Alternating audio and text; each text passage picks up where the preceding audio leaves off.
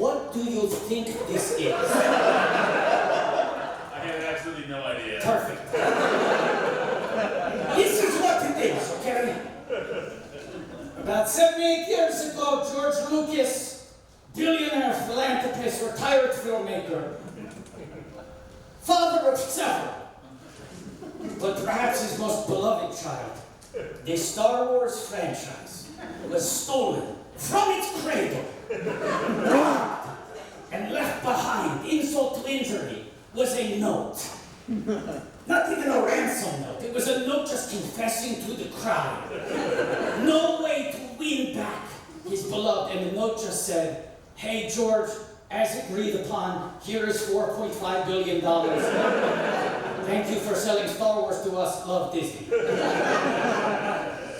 to say, he was depressed and without purpose in life.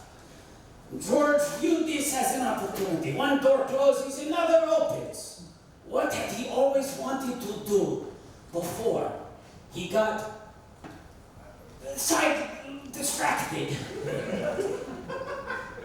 By becoming the world's most successful filmmaker and the creator of the world's highest grossing joke.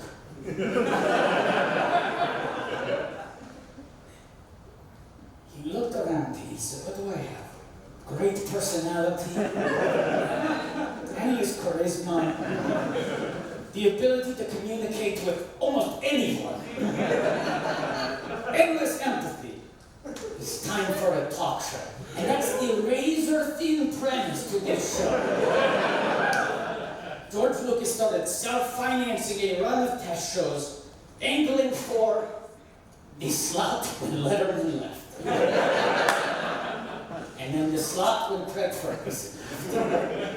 And then the slot when Fallon left. And then... Anyway, then when the pandemic happened, we did a digital show for 2 years, and now here we are.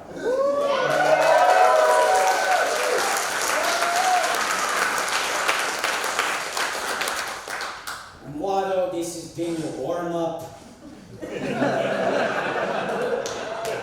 Do you feel warmed up? Yeah?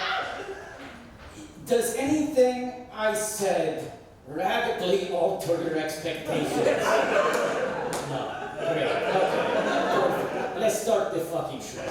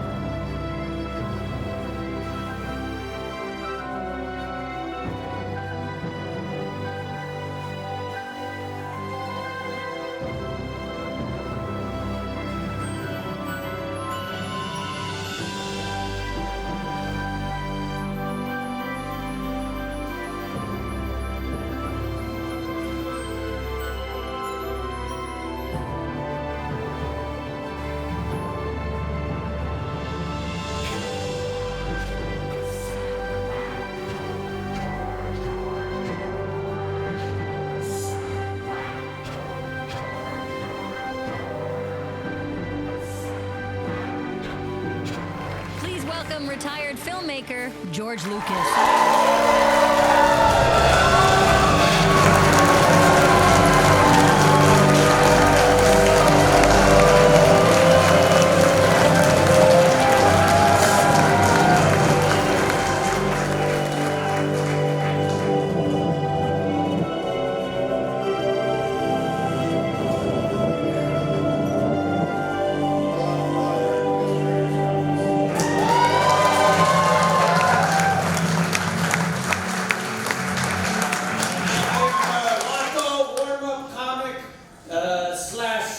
Sidekick / flying space crew. It's nice to see you here in Atlanta, Watto. I don't believe Very nice. you and I have ever been here before. We have never before seen each other in Atlanta. We've seen each other before. You like that signage for Dad's Garage? I know, maybe I should dangle my little feeties. No, it reminds me, it looks like the kind of sign you might have wanted to put up at your junk shop. It doesn't look like a junk shop, son. I should also call out. We're going to have some Easter eggs in tonight's show. Yeah. Do we have any gunters in their house? Easter egg hunters? People like yours, our goal tonight is to get this show written up on Screen Rant. 35 Easter eggs you might have missed in the Atlanta court. The court got into this space, and you said, Watto, Yeah. I want you sitting up here because it will make you look like Salacious Crow. That is what I said. You like the idea, you said it defies decades, almost century, of talk show conventions by having a sidekick be at a higher plane. Yeah, we didn't get into the talk show business to just replicate what's been done before. We did not. Our goal is to advance the medium, and if that means that the sidekick / announcer is slightly higher than the host, then so be it. Yes. I have the background. That's right. George, how was your flight? You went private, I'm assuming. Yeah, it's the only way to go. Yeah. Yeah. And you go by file transfer? Yes. You got here via Dropbox? Right now, I've been working on a sponsorship with WeTransfer, so I don't want to say transfer to me because it might be in conflict with that. Right, but can we say as a blind item that you like the way that your information is transmitting currently? Look, it was barely compressed, which is truly, that's, I mean, some of these file compression services is even worse than Coach. Less legroom than Coach.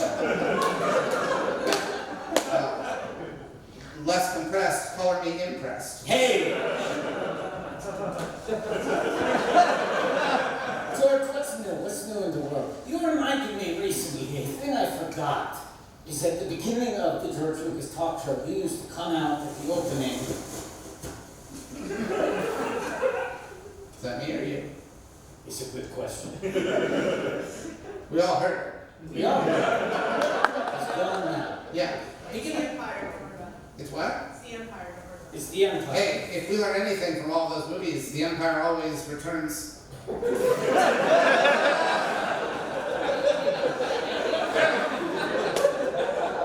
don't think that's quite the way it's said. No, but it's the same meaning. And wouldn't that be a great new movie? The Empire always returns. Yeah. Oh no, the second order?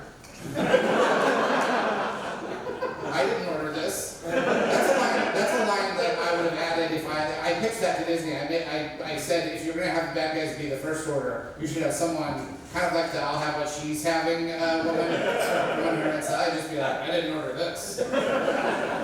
Yeah.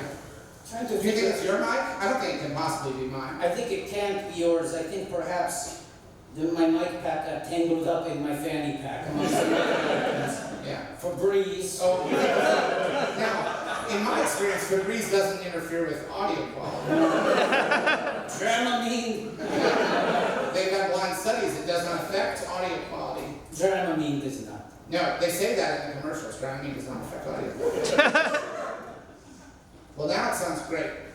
Now it's like we're at Skywalker Sound. Just going to. Yeah. The thing I was going to say before the technical issues is that when this show started, you thought You thought you should keep in the tradition of what other late night hosts have done. That's right. I used to do a monologue at the It's top on of the these top of the shows. show. And Yeah. why did you stop doing it, George?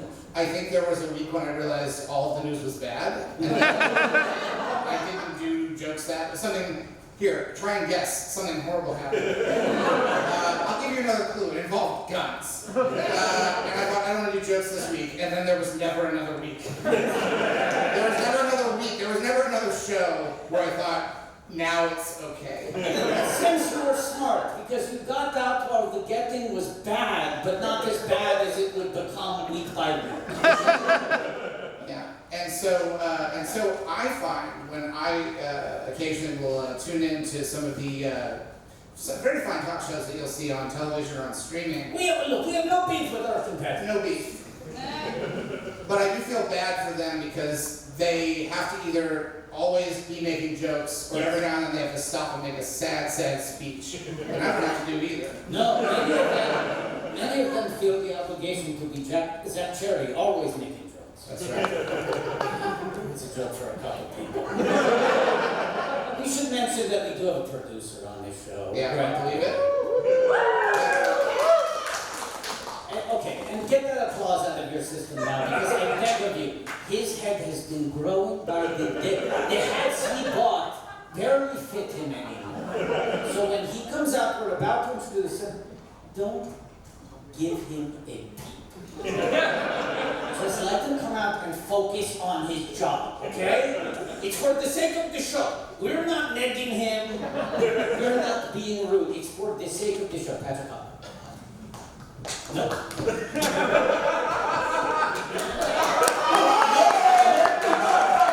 You can high five him and do it silent. Hi everyone. Otto, you guys are talking a lot about the first order. So guess what? I brought your order. It's right behind you. Patrick, don't do that. Okay. Yeah. Patrick, we asked you to sit in the boat. Yeah. And you said you didn't want to do it. Yeah. Because if you did that, you would be off camera. There are 3 cameras and none of them are pointed at the boat. That's true. Yes. And what do you like more than anything? I'll let you answer this. I don't want to say it. Well, if I say it, will you repeat it after me? Sure. I love being on camera. That's I love being on camera. Yeah. And I said, well, Patrick, that's disappointing. Yeah. And you said, well, if people misbehave, we'll banish them to the boat. And I said, Patrick, what a fatal error on your part. Because guess what, Patrick? Your first order, here's your order joke, was a bomb. The audience did not like it. I told them not to applaud you. I didn't tell them not to laugh when they found something funny, and that's involuntary. So guess what? Your brothers took the boat.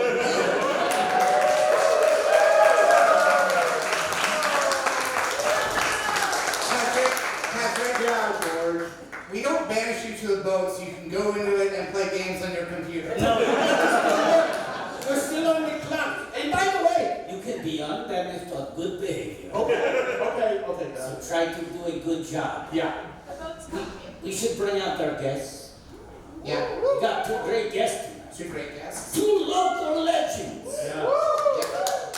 Saved us a lot on travel. That's right. Brothers and brothers, please welcome from Archer and Nash.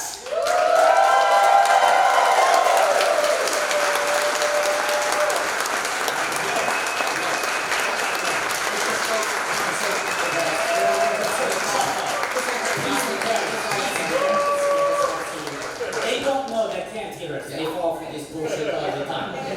And from the Muppets in Sesame Street, Steve Whitmire.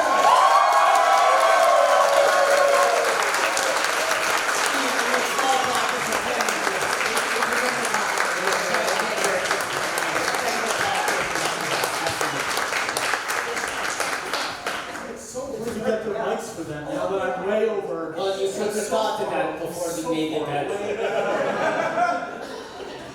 Hello. Welcome to the show. Are these on? Are the mics on? Can we turn the mics? Are they real? Are there buttons that need to be pressed, Patrick? We made some show how hard it was to handle the microphones. Being on stage age is a privilege, not a right. Let's see. No. No. No, nothing. Oh, wait. There we go.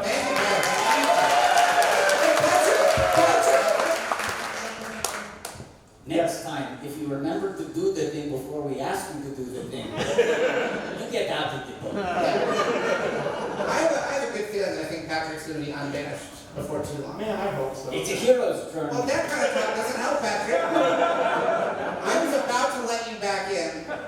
Well, I hope so.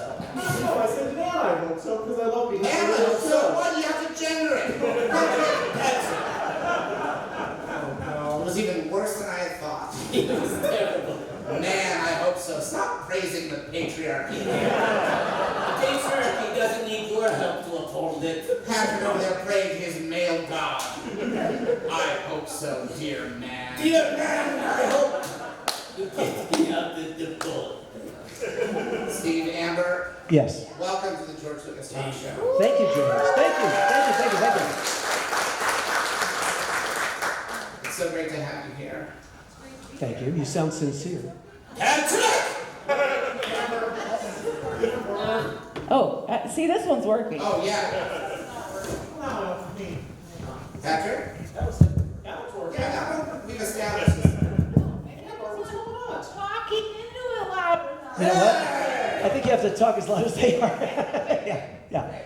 I often, when I do these shows, I'll wear a shirt that is themed for the guests. Ah. And Patrick. I got it. And very often. All right, I was thinking here, maybe it's me. Does that help? Does that help? Okay. So often I will when I'm doing, I'll wear a shirt that's themed, and often it'll be related to something a project of mine. Now, I would put this shirt on before the show. Wanda said, "Why are you putting that shirt on?" Patrick said, "Why are you putting that shirt on?" Yeah. No one could understand why. No. Now, I did have a little something to do with Jurassic Park. My buddy Steve directed the film. Right. And Industrial Right. Magic was, should I stand closer? Is that better? I'm going to try. No. Yeah. We'll figure it out. There is an arrangement that sound-wise is the sweet spot. We just need to find what it is. Industrial Light and Magic was key in making it possible to make dinosaurs believable in a film interacting with real people. That's right. Yeah. All right. Sure. Does anyone know why I'm wearing this shirt tonight? It was clean. Well, I'm a billionaire. I got no shortage of clean shirts. That's a good point. That's a good point. You know how many clean shirts $1 billion can buy? And I have more than $1 billion. That's a lot of dry I could cleaning. buy $1 billion worth of shirts and not be like, oh no, now I'm ruined. That's true. You'd be all right. Think about that. Think about how long that anyone would be able to do that. But I do a lot of good things. I give a lot of money to charity and things. Yeah. So the shirt. Why the shirt? Well, when you think of a movie that's associated, neither of you worked on Jurassic Park, am I correct? You're correct. That is correct. Nothing to do with it. And yet, when we think of Steve, and we think of Amber, and we think of a movie, There you go. That's good. Wow. That's really good.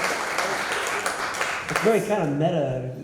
It's a nice connection, right? Yeah. Hey, Yeah. George. yeah. Can I just say that was a great joke, George? We'll go over to the crow's nest. Okay.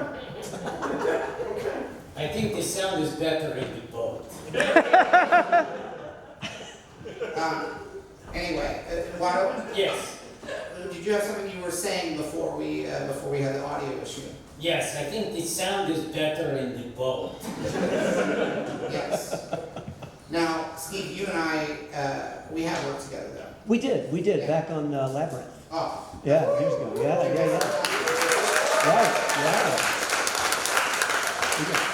I'm surprised you remember, but that's good of you. I appreciate it. Well, of course I remember. It's a fantastic film. Yes, but I mean that we worked together. That's surprising. Yeah. What do you remember about me? I remember thinking, this kid's good. Oh, thank you. Well, in that case. Yeah. I mean, Jim Henson always, he hired great people. He had an eye for talent. Yeah. And the crew that he assembled of people anytime somebody joined the crew, it was always, you just thought this is a solid hire. Yeah, yeah. No, well, you may not remember this. I remember actually, Patrick.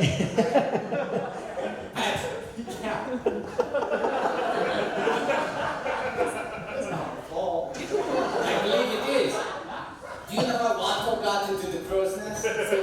He walked across the stage and sat on the... Nope, you know what? Don't sit down there. Don't get comfortable, because you're back. Some be damned, that's a rebandishment if I ever see. Yeah. So what do you remember about me? Steve? Well, I remember you were on set quite a bit, which was impressive. You Did I were. ever fall asleep on set? I don't think so. You were with Linda Ronstadt. There was no sleeping at that point. Yeah. Yeah, you were. She was wonderful. We had worked with her on the Muppet Show. Yeah. Great to see her again. But you were hanging out with Linda Ronstadt. Yeah, well, yeah, that's one way to put it. It's Sunday in a church. I'm just trying to. It's the I'm South. surprised to hear that comes up almost every single show. The Linda Ronstadt thing. Exaggeration. It comes up a lot. Did I bring Linda around the set? Did I say what? Did you Did I say? bring Linda around the set? Oh yeah, she was around. Yeah. Oh, yes, I do remember. She was there. What else? You hung out on second unit a lot, and I love doing second unit stuff. well, you were not directing; you were executive producing. You were very polite to everyone there, and you. Every now and then, but you give me a camera, I'm gonna do stuff. For Yeah, I think it was hard for you to resist directing. It seemed like you wanted to get in there. I don't want to do first unit. Well, I'll do second unit on anything. yeah. Give me that second unit. Very kind of you, since Jim was first unit. It was nice of Yeah, you. it's his movie. Yeah. I'm just the EP. You Just hanging out. And you made a great suggestion. Have you guys seen Labyrinth? Anybody? Well, just a true story. You may not remember this moment, but it impressed me, so I'm going to tell it about you. Not on you, but about It's you. my favorite kinds of stories. Yeah. Yeah. So we're on the set, and quite a famous director was directing the second unit. So there's a scene where there's all these goblins in a shot, and they all say, "Did she say it? Did she say it?" At the very beginning of the film. And they were having trouble making it look like a crowd. We had tons of puppets, but it was a big wide shot, and it just looked loose and like couldn't figure it out. And you walked over to the director, and you didn't try to take his place. It was you being cool. You walked over and you said, "If you tighten the shot, it'll look like a crowd." Yeah. Tighten the shot, and we rolled. Yeah. It was perfect. No, really. That's the kind of expertise that got you where you are. Yeah. Yeah. Jim was a genius, but I wouldn't be able to do a puppet show. Well, that's true. Can't do it. Yeah. My hands, they cramp up. Yes, they do. Yes, they do, for years to come. Yeah. Well, okay, so I'm going to put this down. So this is what you got to do. I'm scrolling now. So you're not just doing this, right? Yeah. You're doing that. Yeah. You gotta keep because right now my head's in the shot. My head's in the shot. And don't you also have to sort of look down at the monitor? You look You down- have to keep your side sideways. That's down right. as well. That's right. Yeah. Here's a question for you. Okay. I always heard that on shoots, Jim Henson would say to the entire crew on like the first day, he would get into the pose that he did, right? Right. And would tell all the crew people, like, can you hold your arm up for 30 seconds? Uh-huh. And at the end of 30 seconds say, like, that's what the performers are going through every moment. Right. So please be like considerate of their time when they're in position and everything. Yeah, Jim or he would have somebody else do that. But Sure. we did say that. And oftentimes we would get executive producers and people who were, not really actors Right. to get in the background of a shot and put on a puppet Yeah. for a scene. Just so and, you know. So they were back there for a lot more than 30 seconds. So here's my question for you. You already had one. You got no? That was more of a setup. Okay. Gotcha. Is my Yeah. setup for the question correct? Okay. And you said yes, and I went, great, I will proceed with the question. Perfect. Here's my question. There we go. He went backstage to ruin the sound. He's pulling at wires backstage. I went backstage to get a new mic. He called Patrick the anti-THX. Audience is still listening one way or another. Yeah, but when you're on stage, they wish they weren't. Steve, may I proceed with my question? You may. Are your arms fucking jacked? They are not. As a veteran puppeteer for decades, Yeah. have you had to specifically, because it's not just sort of yoga and positioning Right, and right. stamina and with that, Yeah. but do you do arm-specific workouts? Are you hiding some pythons under those sleeves? No, I'm not. I'm not. No, you just suffer through the pain. It really is a masochistic kind of job if you think about it, because you do this for hours, and sometimes you have these super heavy puppets, you know, and so that makes Who's the it. heaviest? Who's the heaviest puppet Did you ever? that I ever did? Yeah. Well, nobody would have seen this probably, but I did this guy called Jake the Polar Bear. Jake was on a show called Jim Henson's Animal Show, which nobody saw except little kids on Fox. But he was massive. I was at this. Sorry. He was like being inside of a Volkswagen, right? And very, very heavy. And he was taller than all the other characters. So not only are you doing this, but he has to look down the whole time. So you got the weight right there. Like, and he had this horrible voice that was big and gruff, and I loved doing it, but boy did it hurt. But Here with your left hand? I did one time because I accidentally broke my right hand. We were in the middle of the show called Fraggle Rock, and I was doing this show, and you know, I mean, I live here in Atlanta, and I do my own laundry and mow my own grass and all those things. So anyway, I broke this bone in my hand doing some outdoor work.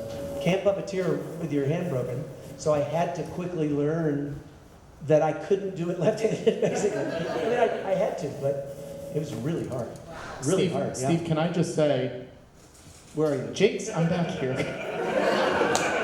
I want to go back to Jake really quick because Jake has a friend, and George will love Jake's friend's name. Do you remember Jake's friend's name? Stinky. George. His Yeah. friend's name was Yeah. Stinky. Is the same name as Jabba the Hutt's kid? He was a skunk. This He was a character. skunk. Oh, that makes sense. Yeah. I don't know Stinky the what. skunk? Stinky the skunk. That's funny. Patrick, Well, you had to be there. No, I'm saying, like, because skunks notoriously they spray a terrible scent. right, that name is That's not right. arbitrary. It's actually a good fit. I wonder what they thought. This is a You good know- transition to talk to Amber a little bit about comedy. Yes. Because comedy is about choices. Is this, wait, do I need Take both? off your headset, Mike, and use that Is mic. my headset the problem? All the headsets were the problem. All the headsets are the problem? Yep. I'm working on you, boy. Okay. Patrick, I have to say, Yeah. tech issues aside, Yeah. you are really not helping this show by being in the boat. Because you see what just happened where you asked a question? And he has to turn all the way around. Where are you? I know. I know, it's really counterproductive. Can I come back out? Well, no, work on learning. I'm saying put a little fire in your belly to burn it. Now, Amber, with everything Steve just said, Yeah. don't you love being a voiceover actor? I do. It's so much easier. I don't use my arms at all. Do you keep them pinned? Do you keep them in pockets? I Do you... wear my shirt without putting my arms through the sleeves Oh. just to do it. Yeah. Are you a person? Oh. Amber, now, you and I have never worked together. We've never worked together, no. Never. No. Do you regret that? Sure, yeah. Does it keep you up at night? Yeah, honestly, no. Do you, well, when we asked you to be on the show, you're familiar, like, what's the thing that I've done that you're most familiar with? He's like the Star Wars guy. Yeah, that's a good, yeah. That's exactly right. I'm a Star Wars guy. Nailed it. Yeah. Cool. What do As you, far as my knowledge goes. but we both know how to be funny. When was the point in your life when you knew you were funny? Do you have a memory of something at an early age where you thought, oh, wait a second, I'm making people laugh? I do, actually. I was an unfortunate looking kid. My mom cut my hair, and this was the 80s, so she wanted me to have like wings, like feathered wings on the side. Right. She like cut bangs and then cut down and then cut across. Oh no. It's like a mullet. Yeah. And then these would get winged on the sides. And then also I had like one front tooth that was shorter than the other front tooth. Oh. Oh no. Man, I would have put you in one of my movies so quick. I was really an unfortunate little kid, so I was trying to elementary school. And there's Oh yeah. it's gone now. And so I realized that if I could make kids laugh, then we would probably be friends. And so that's how I became a cut up. Yeah. Yeah. It's great. It making because the Watto made a reference earlier to the fact that I'm responsible for the highest grossing joke, the single written joke that's made the most money. You're welcome. Which I've used it in most of my movies. And then Archer, the show you're on, has run for, 11 seasons now? 13! wow. Actually, one of the longest running narrative comedy shows on there. Yeah, Pretty successful. I'd say so. Yeah. Yeah. Let me change the standards of success in comedy. And this is just about one joke because there's running gags, then there's a gag that each movie it's in. I'm not saying it's the funniest joke. I'm just No one's saying saying no one's saying that. No one's saying that. No one has ever said this is the funniest We're joke. talking about dollars here. Yeah, we're just talking about it's in the movie, how much did the movie make, and then you add up the totals. And other people have been stealing the joke and using it in other things. And the joke is, it looks like something bad is going to happen or might be about to happen. I will have a character say, I have a bad feeling about this. And they'll say it in sort of a sly, sort of saucy way. They'll be like, I have a bad feeling about this. And then sometimes there are variants where people say, I have a good feeling about this. You know how it is with comedy, where you mix it up. Comedy's about surprises, right? Right? Yeah. Do you like that joke? Because a lot of comedic professionals have pushed back and said that's not a joke. Oh, so that's if you're done explaining it? Right. Yeah. Amber, actually, I was mansplaining it. It's a thing that guys will do. It's a thing that Patrick loves. Oh, he prays to it. Yeah, that's great. Great joke? I wouldn't call it a joke. I get that a lot. Where does that come from? Is that jealousy? Yeah, 100%. Just trying to. Anytime we've ever had a guest on the show, they have said that. Yeah. That is not a joke, and it's interesting. And it's always professional comedians. And I think this is what I've come to realize, is that I didn't, and this is so ironic, I didn't do that joke for the money. No. I do it for the love of the thing, which is the classical definition of amateur. Amateur has become kind of an insult, but in its purest sense, I did that joke because I believed in it. I always thought it was funny every time. Yeah. And if it made billions of dollars, then that's just something that happened. Yeah. Yeah. That's great. Conversations that end conversations. Steve, I'm realizing, obviously, we've had our tech kerfuffles tonight. Yes. And I don't want to overcomplicate things. I thought you were going to say you don't want to overcome them. That too. But I feel like we have opposite mic covers here. Mic covers. But Watto, here's the problem with this. Why would we I have was to just about to trade my mic with Amber's because I hear Amber's is not working as well as mine. Okay, that's fine, but here's what I'm going to do in the process. Patrick. Ah. Patrick. No, not with you. Oh, Yes. Yeah, because it's more, yeah. Right? you tested it, right? No, we should be good. I tested negative. Yeah, we all did really well on our tests. This mic smells like Febreze. I don't get it. Watto did a thorough freezing backstage. Well, now that we have that sorted out. Thank God. Steve. It's so weird because my best friend is named Steve. It feels wrong for me. That is odd. I mean, Does anyone call you by a nickname? Just Steve. Steve is kind of the shorten of Steven. Yeah. So It's hard.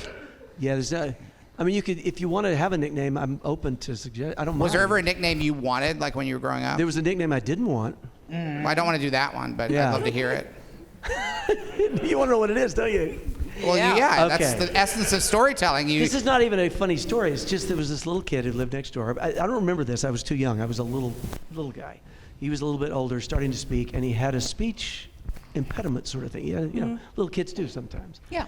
And he couldn't say, I guess my parents called me Stephen at that point. He couldn't say Stephen, so evidently he called me Tiwi. That's cute. It's a cute name, right? For a little, I was a Yeah. toddler. But it wasn't cute when I was 14 and my grandmother called me that in front of my friends. Oh, Tiwi. boy. It's a little scary. It's a little But scary, it's not. you know? But as a grown man, like that's not the worst nickname in the world. Well, see, at this stage, it would be okay to come back. I don't care now. I'm gonna ask your permission Okay. to call you Tiwi because honestly, it also sounds like a character I would add into any movie. Well, yeah. Like, if I told you there's a character named Tiwi in the Ewok movies, everyone would be like, I guess there is. I don't know. I don't remember. You know? They would. Yeah. They So would. Tiwi.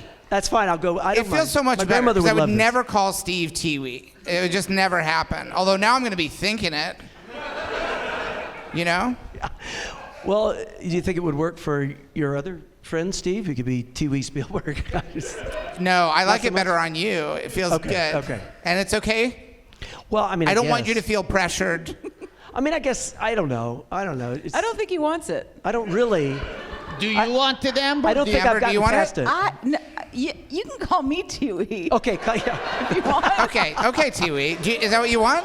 Sure, yeah, that's cool. Steve, are you okay with that? I'm fine. Oh, I'm wait, great so with I had that. a childhood nickname that we could maybe call Steve. Ooh, I Yes, like this. I like please. this a lot. Okay. What was your childhood Well, let me nickname? just preface by saying, again, I was like an unfortunate kid.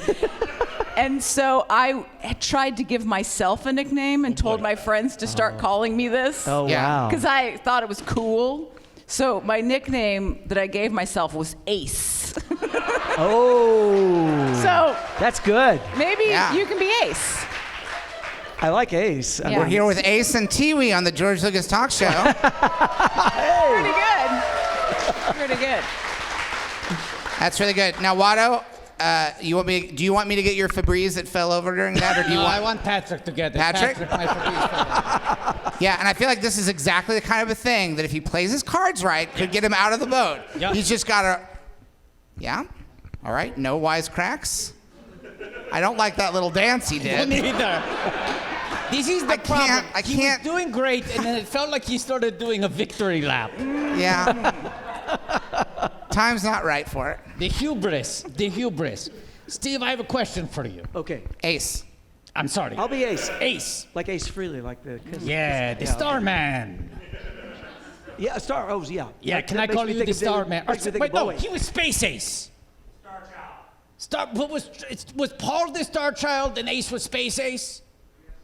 Yes or no? Star Child.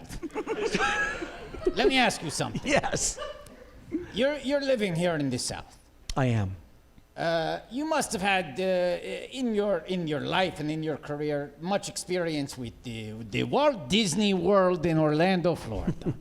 A little bit. A little bit. Yeah, You- less in my life than in recent years, but yes. Sure, but you've worked there. Yeah, yeah, yeah. You've gone there for fun and sport. I have been there, yes. Many Are times. you familiar with an establishment that opened in the last decade called Pizza Rizzo?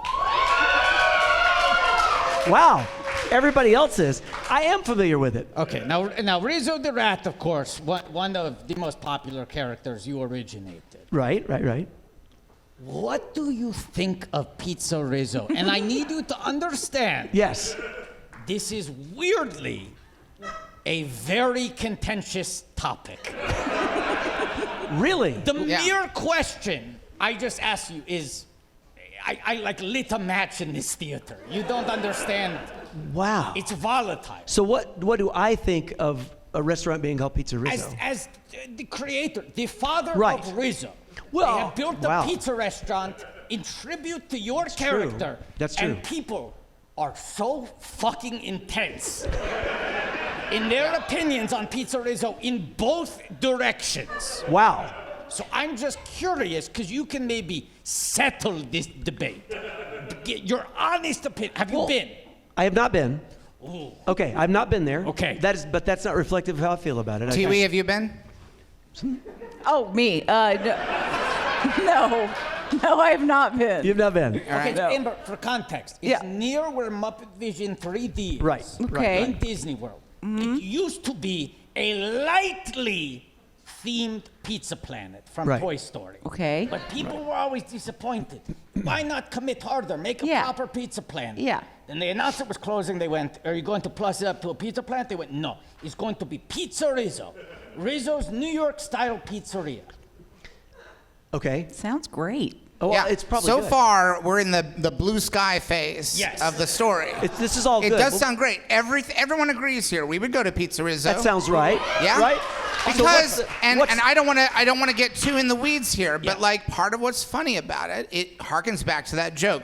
In real life, we don't like when rats are in anywhere near a restaurants. restaurant. We hate Right. it. We Right. pay people to make sure it's happening as infrequently as possible. Sometimes you go to a fancy restaurant and you're looking at the fields and it's like tax, gratuity. Right. Bonus, no rat surcharge. Yeah, exactly. Yes.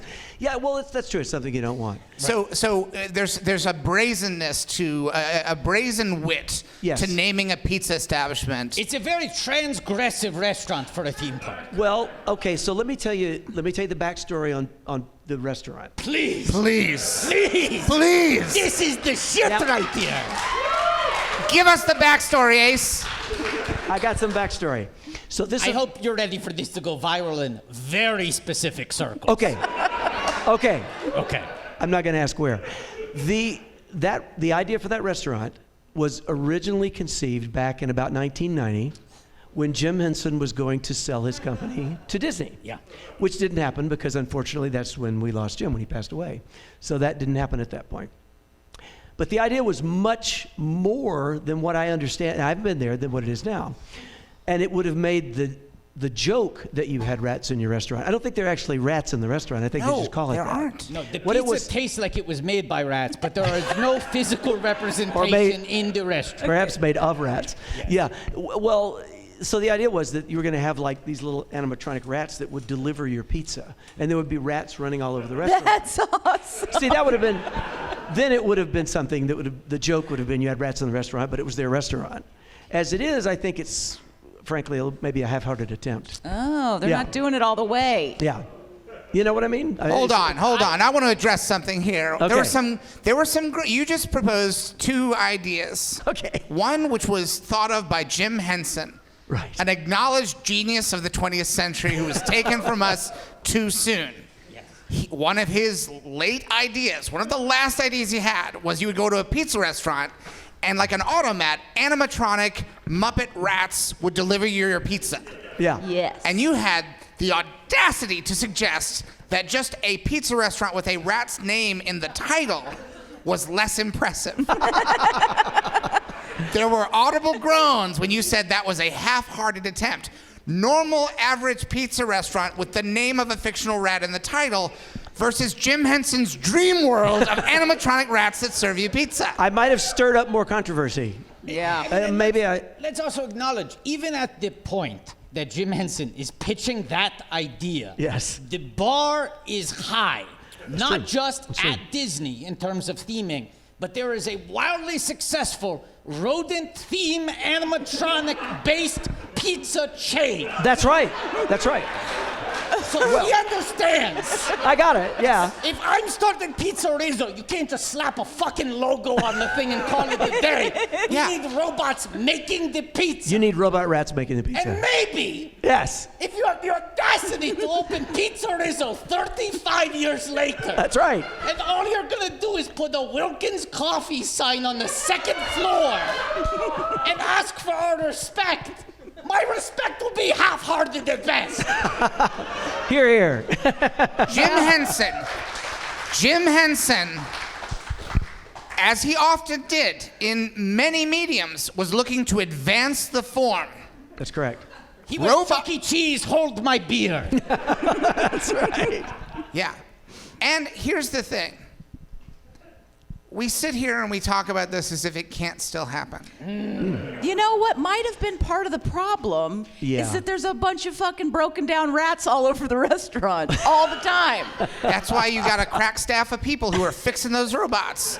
You think they don't have setbacks at Chuck E. Cheese, but they power through them. Even Or when- they just don't turn the lights on and it's your 8th birthday and That's there's right. no fucking animatronics. they just play the music. Yeah. And it's sitting there in the dark, not moving. Very sad. I do want to say, in the front row right now, I do believe someone is wearing a Pizza Rizzo. Amazing. Wow. This is You worked there. this is a former Pizza Rizzo employee. Do you want to? You didn't know this, right? What an amazing coincidence. Not really a coincidence. Not saying they're a plant. Okay. Safe money was on Mel appearing tonight in the audience. My buddy Steve, when Stanley Kubrick passed away, he took one of Kubrick's unrealized ideas, the movie AI, Artificial Intelligence, and he saw it through to completion. I am suggesting that there is a way.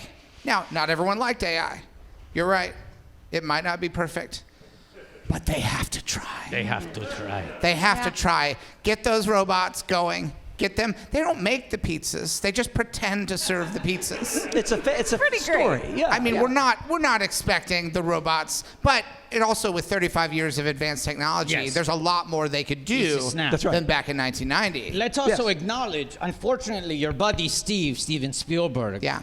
He's got an overall deal with Universal Studios. He's Yeah. on the payroll. Yeah. It could be a conflict of interest for him to shepherd Pizza Rizzo Yeah, in the way probably. he did AI, artificial intelligence.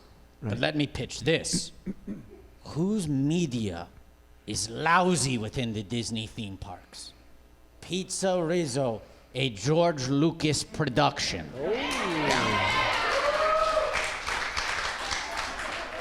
I'm busy. I'm making my museum. I got my George! show. George, don't play coy here. Yeah. Yeah. I mean, we'll see. I'll look into it. Amber, you think it's a bad idea? I Sorry, mean, I T- would totally Tiwi, go Tiwi. there. I would totally go there, and I Yeah. would happily get pizza delivered to me by a rat. That's great. Yeah, and maybe you could have a presence there too. You could be an animatronic yourself, like the Hall of Presidents. Only it'd be Oh yeah, they can make it. the Hall of Yeah. Hall of Sure. Lucas or something. Yeah, I'm not sure how much I sold of myself when they might own the IP to be able to make an animatronic me. They may already be able to. Yeah. Yeah. Well, they can make a Baron Papanoida. That's they own that. I can't do that anymore. Yeah. Do you folks know from Baron Papanoida, Ace and Tiwi? You know what? I have no idea what you just said. I don't because either. You were Yeah. behind your nose. Baron Papanoida was a character that I played in the prequel trilogy, the Star Wars prequel trilogy, Gotcha. and they own all those characters. So like, anybody can play that now. Yeah. I don't get to. Yeah. There's a scene where Anakin and the Emperor, who's not yet the Emperor, and it's a bit of a spoiler, I'm sorry to the audience. Yeah. You would never guess that Senator Palpatine ended up being Emperor Palpatine. Yeah. But they go to the opera. Not like the opera we know, couple people on stage singing. Bubbles. Yeah. Big space bubbles. And there's a quick establishing shot where they walk up to the front of the opera, and who's there outside? The big B man, Baron Papanoida. That's right. Yeah. And it's just a one and done character. It's just for fun. But I was happy to be a part of it. Tiwi, Yeah. what was it like working on? This is Tiwi. I'm Tiwi. Oh, sorry. Okay. No, Ace. This is Tiwi. Ace. Yeah. Tiwi, Ace, Tiwi. Ace, Tiwi. Yeah. Tiwi, what was it like working on your pre-Faces Going to Hell? Oh wow, it was fantastic. Yeah. Those guys, their like special effects department and like makeup department Yeah. is a bunch of insane people that are amazing, Yeah. like gore people and special effects makeup people that are so much fun to work with. And Yeah. being on the show was just a lot of fun. Yeah. Yeah. They have a real blend of practical and CGI. They have a lot of digital effects. Yeah. You couldn't make that show entirely practically because there's a lot of things they really go into the digital toolbox, Yeah. play around. Yeah. And yeah, I get the sense it's a pretty crazy crew. Yeah, there's a lot of crazy guys, and when they like rap, they always end up at a local dive bar called the Yacht Club, and they all have dirty hands all the time. They just always have dirty hands, and they're just a lot of fun to hang out with. Yeah, I think we should refer to where Patrick is as the Yacht Club. Yeah, it's a great idea. It's a great idea. Yeah, Patrick, how you doing? I was going to say you're being very quiet for someone who doesn't have a working mic and was banished to off camera. Are you eating salsa? Is that what's happening?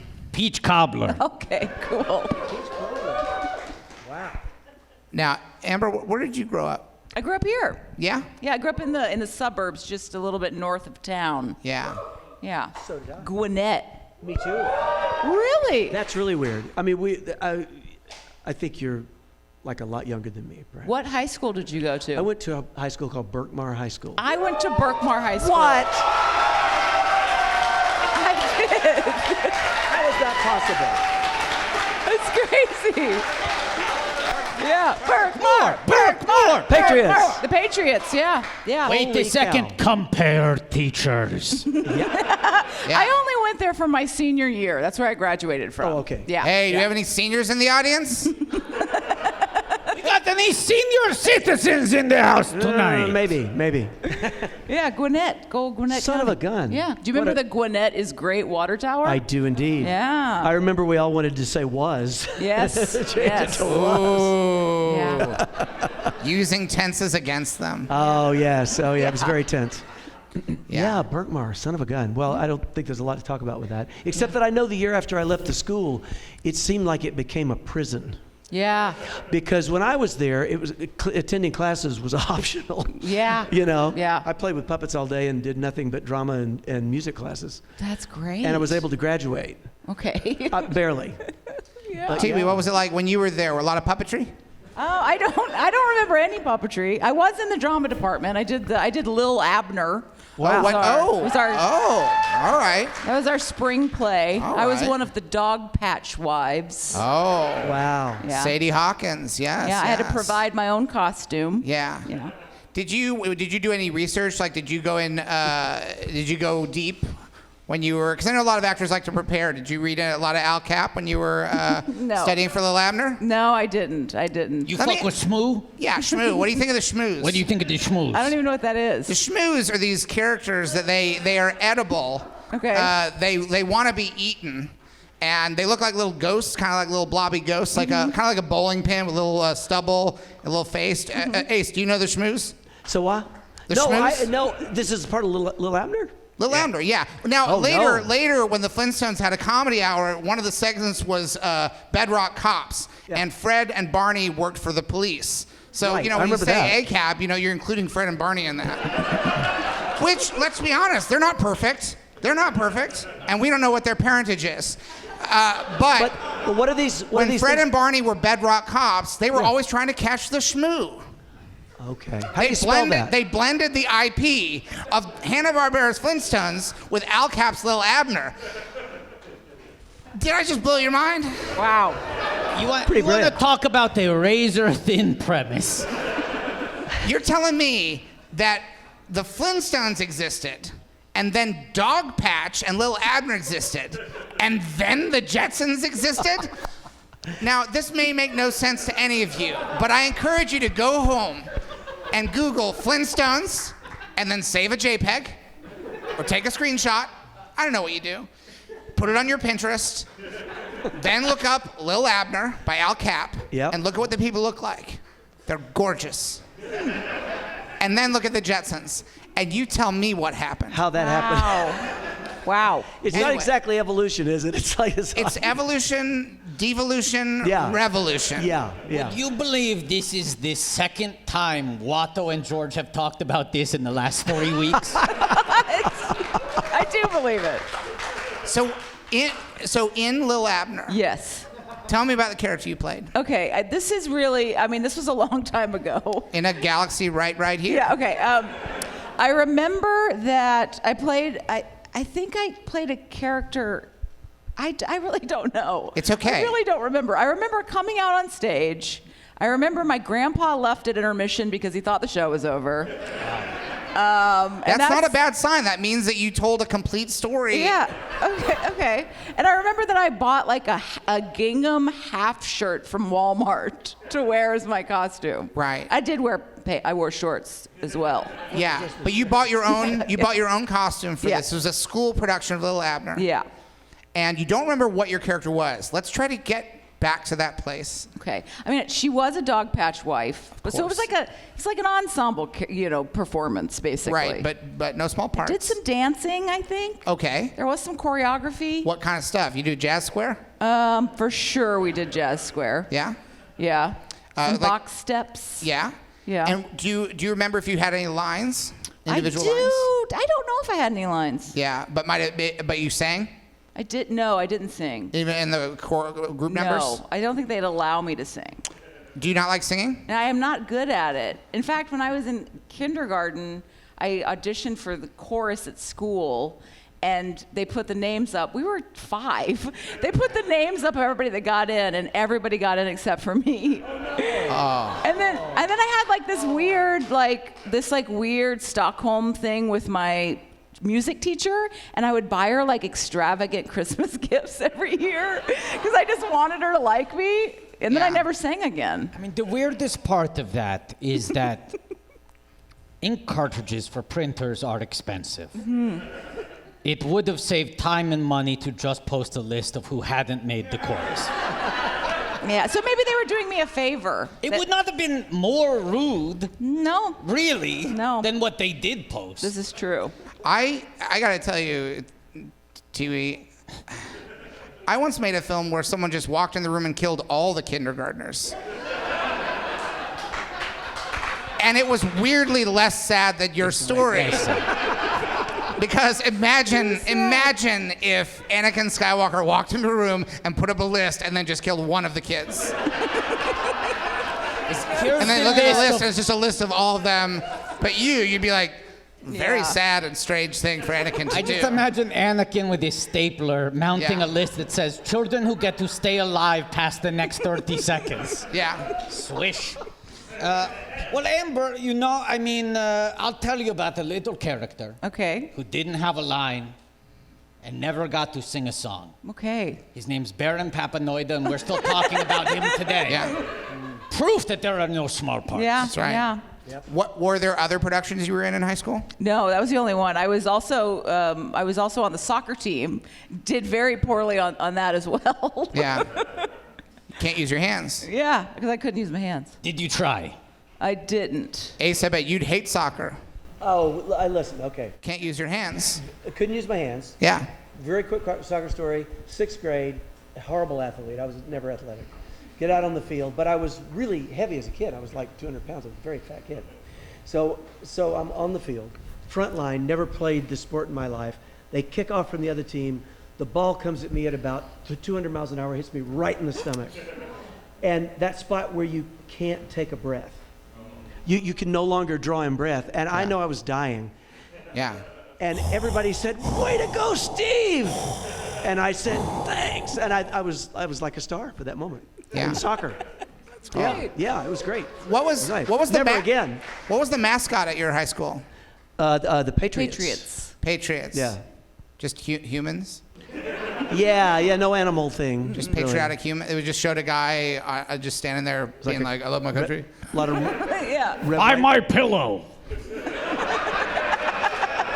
Yeah. It's just Mike Lindell on all your jerseys. I have the metadata. Yeah. That's not very fun. Yeah, I know. It was, I don't know why that happened. Was there a mascot? What was a guy? It was a drawing of a guy. Yeah. Just a patriotic, Like white and blue kind Yeah. of. it was like the guy who played the flute, walking with the guy playing the little drum. Yes, exactly. Yeah. those Guy in guys. the middle. Those guys. Isn't it weird we don't know that guy by name? For how famous he that is. guy? I would probably I'd call him Drummy. You'd call Drummy? I'd call him Drummy if I had to name that character, the little guy with the drum. And I'd call the guy with the flute, I call him Flutie. Makes sense. And what's the third guy got? There was a guy who. What did the other? The third The guy. three guys, they're walking Drums, together. flute, and He's got like a scroll, right? Patrick, look it up. did he have a rifle? No. Patrick? What do you have? I'm so far over. Patrick, can you please look up who was the third guy next to Flutie and Drummy? And by the way, Patrick, this is a big fucking opportunity for you. If you come through with the answer and you give us the information politely, Yeah, and I want there's a stool sitting there right open for you. Yeah, that's your stool, Patrick. Like we It's put been that out waiting there for for you. It's lonely. I want to say this: whenever you come up with this information, and you should still be, you can listen and work. I want to see eyes Please on don't that stop screen. working. All right. Don't do a little dance. Your body language is what has kept you in the yacht club. I think you think you're being a good boy because you're not saying anything. I don't have a mic. Patrick. If you are lucky enough to return to the stool, we ask that you return to the stool graciously and with humility, not a sense of entitlement. That's all we're saying. Do you have an answer? I Googled who was the third guy next to Flutie and Drummy. I don't think that's going to get you there. All that's coming up is former football player Doug Flutie. Patrick, you do watch this show, don't you? You know that I just came up with those names. Why would that be on Google? We just came up with it. No one would have time to update. How do you think search engines index data? You think Google is watching the George Lucas talk show? Even if they were, they need time to process the information. Think about how much time it's taking you to come up with the answer. You think Google works faster than that? Probably. Tiwi, Ace, I want to show you a fun thing. Okay. I got a toy made of myself. Wow. I didn't do this. This is here. I'll show it to you. That's Yeah, I wanna see awesome. that. This it's a large scale reissue, basically. It's a special edition of a toy that already Oh, wow. existed, and it's me as a stormtrooper. You can open it if you want to play with it. Oh.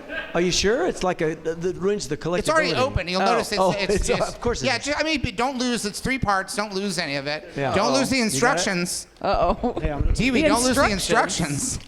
What do you need instructions for? I haven't read them. No Yeah, there's a little spoilers. helmet. Like a strange little. Hey, Ace, what do you think that helmet talks like? Yeah, this is time for a new character. You should do the voice. No, I have an unappealing speaking voice. I think it would have to talk like. Oh, that's great. Ace, that's funny. That's how I got You can't hear him because he's got the Yeah. helmet on. Yeah, it's like a COVID thing. And this is going to fit on the head? Yeah, it goes on the head. You can put it on You don't there want if to you really want. take it out, do you? You're really worried about, aren't you, that you're going to break it, right, Oh, Tiwi? his head came off. No, it didn't. Yeah. Okay. There you go. Hold on 1 second. Let's reveal the character, and then I think Patrick has something to say. And Patrick, choose your words wisely and walk with humility. Ready?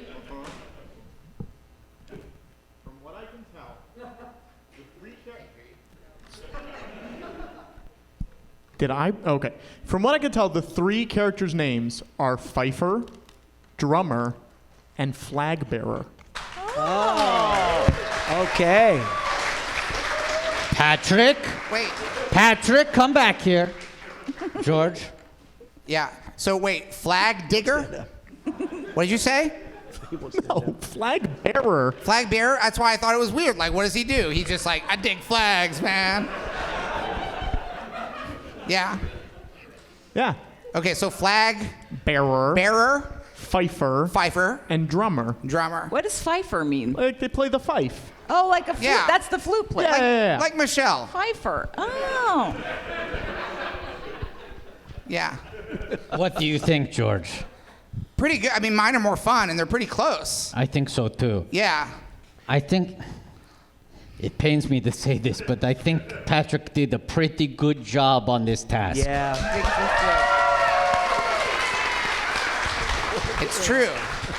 You didn't sass me even when I misheard you. You stood there. I don't like the way you're hanging off that pole. I don't either. It's a little saucy. Yeah. You look like you're going to go into a whole routine. What are you doing? What are you doing? No, out of pockets. No, Mr. Cool Guy over here. Yeah. Just, Patrick, come to the front. All right. Just relax. Stand in the middle. See that mark in the middle? Just relax. okay? Just try it. What is your neutral, I want you to stand like, no. I want you to stand like you're not in a show, you're just you. I want to see the most you version of who you are. Not trying, don't play little drums on the sides of your legs. You leave that to Drummy. All right? Don't use your thumb as a little drumstick. Don't rock on your heels. Let's just let the hands go straight down.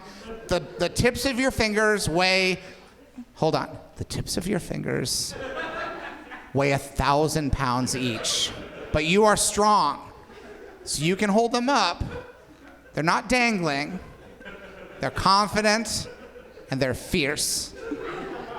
Don't wiggle them. You're not diabolical, Patrick. You're just normal Patrick. All right? Now don't smile. I want to see serious Patrick mouth. And I'm going to check. Don't smile. Smiling is for the audience who paid to enjoy those smiles and laughs.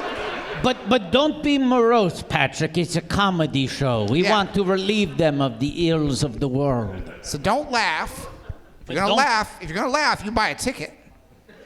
But don't be too sad because it's a comedy show. Don't chew on that bottom lip either. That's not a well-rounded meal. And don't chew on the top lip. You'll get a blister. All right. Now I'm gonna move to one advanced move. Yeah, let's get a spotlight. All right. Now you don't have to do this fast. But I want you to do a couple spins. That's the Patrick that is normal. This normal, is the most confident, normal Patrick I have ever seen. Yes. You hear that smattering was deserved. Deserved. Earned.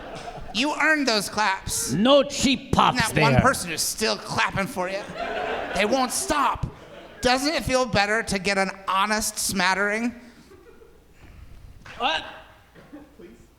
It's a yes or no question. I think maybe you can give an answer with your body. And George, ask it again. Doesn't it feel better to get an honest smattering? All right, you're back at the show. Welcome back.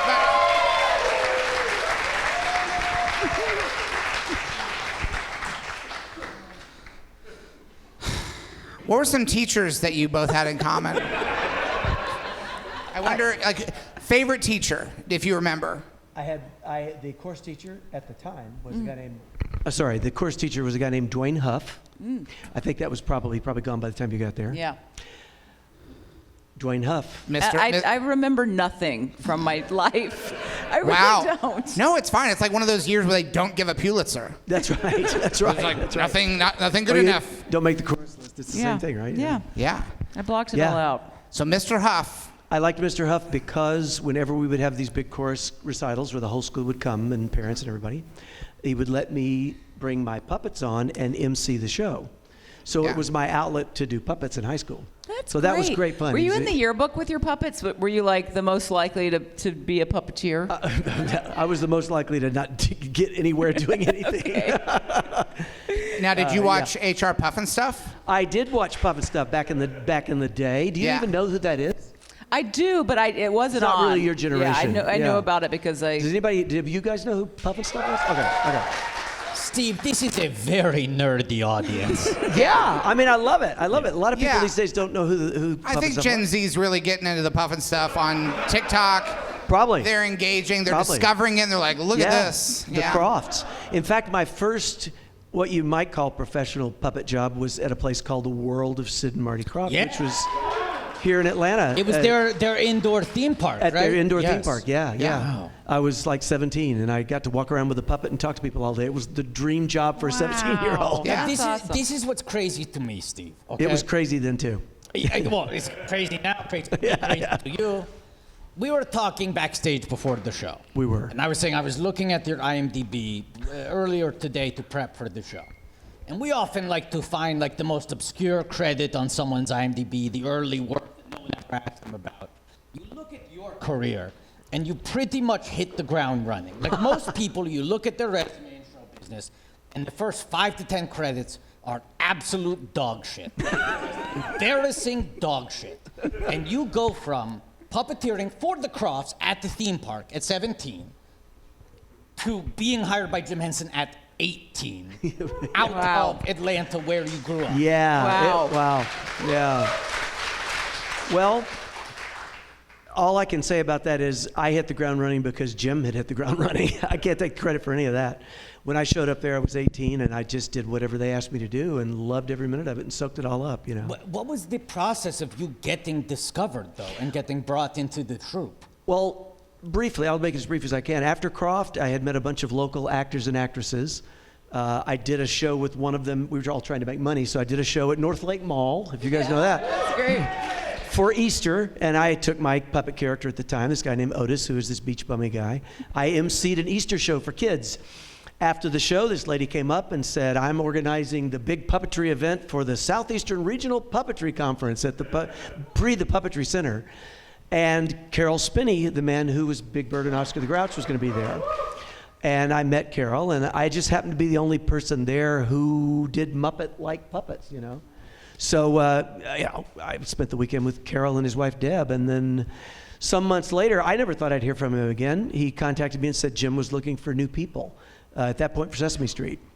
And, I think I was like levitating for about a week before I got this phone call from Jim Henson from London, he was in the middle of the Muppet Show. And Jim said, he brought me to New York. Jim's way of auditioning people was not to make you do anything except sit down and talk to him for 4 days. Wow. Because he wanted to make sure you were going to fit into the group. That was what was important. The puppetry was really secondary, and I had so much to learn. But anyway, so he said, I'm not going to send you to Sesame Street. I'm going to take you where I'm working, which is the Muppet Show. And, dream come true, truly. That's amazing. It was Wow. just, it was really something. Now, that phrasing, I'm not going to send you to Sesame Street, makes it sound like a punishment. Like, Well, I I'm was going to send you to paraphrasing. Sesame Street. I was paraphrasing. Look, don't worry, kid. I'm not going to send you to Sesame Street. You're going straight to the Muppets. You're coming with me. Well, what it was, he was at that point because he saw the Muppet Show was huge, the biggest thing on the planet. Yeah. And he was about to get into doing all this other work, and he was putting together a separate team of puppeteers to kind of take on Sesame Street because he wasn't going to be able to be there. So had I gone to work on Sesame Street, I probably would have done mostly that for years and years and years. But the lucky part was that Jim had this core team of performers, these 5-6 people who were his people. So I show up as this 18-year-old who was just soaking up all this stuff from all of them like a sponge, Best place to learn by far. Were your parents like, oh shit, this puppet thing's cool? Well, yeah. I mean, they always were supportive, but cautiously supportive. Yeah. So to get a sense of my dad, he was ex-military. I was this long-haired guy in high school. He was ex-military. And we always got along, but he was a guard just down the road a few miles at the federal penitentiary. Wow. Tough job. It's not, you come home after that every day. But he was also a guy who would come home at night and sit with my brother and I and do Elmer Fudd singing the theme song from Wyatt Earp. I mean, he had this other side to him that he certainly wouldn't have done at work. Yeah. Right? Let's also acknowledge, no disrespect to your father, but as tough as that job was, he didn't have to hold his arm up Well, that's hours true. at the time. That's true. He did carry a weapon, but he did not have to By hold his side. down here. A side arm. Right. A Yeah, side arm. that's true. It's a different Not thing. an up arm. That's a different thing. But they were very supportive. So when it happened, I remember my dad saying late in his life, he said, there was a point where I almost was going to say to you, I don't want you to go with this puppet thing because it just seemed ridiculous, to a guy like him. Although he was supportive. And he said, I'm so glad I never said that. And I said, well, I'm glad you didn't either because I would have done it anyway. Yeah. Wow. So, but they were great. And yeah, at that point, they were like, oh my God, look what happened, That's awesome. Now, Steve, when you're starting, I'm back here. I'm right here. Hi, how are you? What's your name? Patrick. It's Patrick, yeah. They were throwing a lot of characters at you. You're doing some right-handing, but then you started getting your own characters. And a character that meant a lot to me growing up, because I was in the band, and I played trumpet, was Lips. Oh, yeah. I loved Lips. Yeah. Is that a character that they just say, hey, we need a trumpet player, here's a guy? Or is that someone that you are like, I want to add another character to the band, or how does that work? Far too Sure. shy to say, hey, I got a character. Yeah, yeah, Did that stuff. Yeah. No, Jim. They had this group called the Dr. Teeth Band. Mm-hmm. All this, you guys know those characters. And Jim basically said, we want to just give you a character in the band. What instrument would be good? Yeah. And they chose a trumpet guy. Yeah. The interesting thing at the time was, and this is way back. This was like 40-something years ago. That I wanted to do him like Louis Armstrong, but I'm this young white guy from the South, right? So Right. it was, and I didn't think anything about it. I just wanted to do that kind of a voice, which I couldn't have done well at that point anyway. And they let me do it, and it was fine then, and no one minded, you know. And I wonder if today I probably wouldn't do it today. I wouldn't want to offend. I did some stuff in Phantom Menace that I wouldn't do now. Yeah, there you go. Never could get away with it today. Yeah, Yeah. you learn from those things, right? Yeah. But another character that you can relate to, George, that Steve worked on is our friend Waldo. Oh, Waldo. Yeah. Waldo C. The Graphic. first digital computer-generated Muppet. Yeah, done by a puppeteer, right? Not by a Yeah. computer person. Yeah. Yeah, a company called Pacific Data Images, which is still out there. You'll see their name on credits. They created Shrek. They did, in Yes. fact. They did, in fact. And they created this little flying thing called Waldo. At the time, back in the dark ages, it was a wireframe image on a screen that I moved with this massively long, like 20-foot arm that you had to, if you wanted him to go toward the camera, you ran toward the thing, and then he could appear as this wireframe image that you couldn't do anything with, alongside puppets live, so the puppets could be live.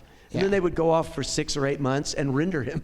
Yeah. You know? Wow. You could probably do that overnight now, you know? Yeah, I mean, Waldo flew so that Watto could fly. Yeah. Wow. Yeah. I'm glad I could be a part of making that happen. And not to harp on his failures, because we're trying to let him score a couple of wins now at this point in the show. But last night, Patrick said to George, you should ask him about Waldo C. Graphic. You know who Waldo C. Graphic is, right? As if George Lucas didn't know. Waldo C. Graphic. Yeah. As if Patrick hadn't personally witnessed me buying a Christmas ornament of him This is true. This is true. in the month of March Yeah. March It was very ornament. recent. 2022. Wow. Very recent. I forgot. Wow. Yeah. I don't have one of those, so that's impressive. Well, happy holidays. Thank you. Thank you. Now, Tiwi, Yeah. we're in Little Abner, but we got to move on. Okay, It's yeah. one production. Yeah. We started out in kindergarten. In a weird way, do you look back at the exclusion in kindergarten? I bet most of those other kindergartners, if you were to look up their pedigree now, performance-wise, not impressive. It's true.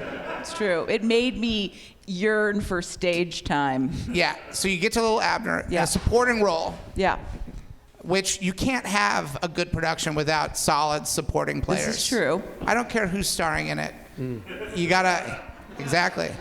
No matter how dynamic and charismatic your leading actor is, if you don't have solid support, it falls to pieces. True. What was the next step on your journey?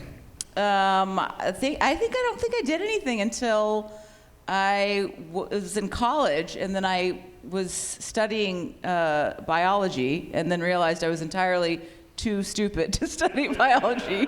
So then I changed to psychology because I was like, well, I still need to, let's do a soft science.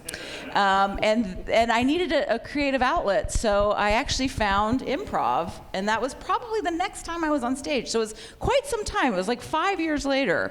Healthy gaps between those credits. Yeah, because my family was like, you're not going to be a performer. That's not a path that is going to get you anywhere. They said this to you? Not in so many words, but in a Oh, lot it's that of... body language, like with Patrick. Yeah, exactly. They said it to you Kotner style. Yeah. Yeah. So when you started doing improv, did you know you liked it immediately? I did. I saw a show first, and I was like, I'd never seen improv before.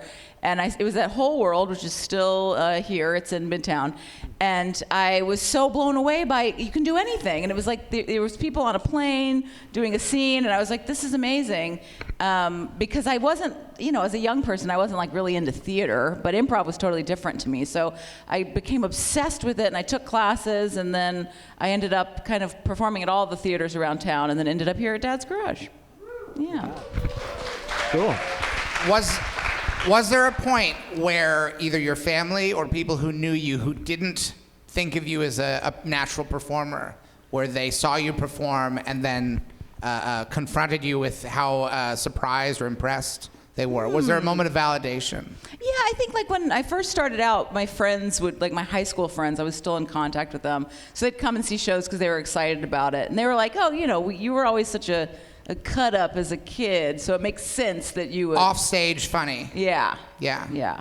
So, But yeah. that doesn't always translate to the stage. There are a lot of, if anyone who's ever taken an improv 101 class will recognize that there are always at least 4 men, Patrick, at least 3 or 4 men who show up in that first improv class who are, each of them, the funniest person that anyone they know has ever met. Yes, absolutely. But the key there, and the emphasis on they know, is that they only know shitty people. Yes, yeah. And those people always flame out really quickly because however funny they are in their circle of friends, they don't know how to collaborate. Yes. I mean, I even remember George has always been so funny off stage. Sure. One of the funniest people I've ever met. can And only when imagine. he pitched me the George Lucas talk show, I said, I don't know, George. Is it going to translate? You're obviously the cut up in the office around the water cooler. Yeah. And I've just been so surprised at what a natural entertainer he is. Yeah.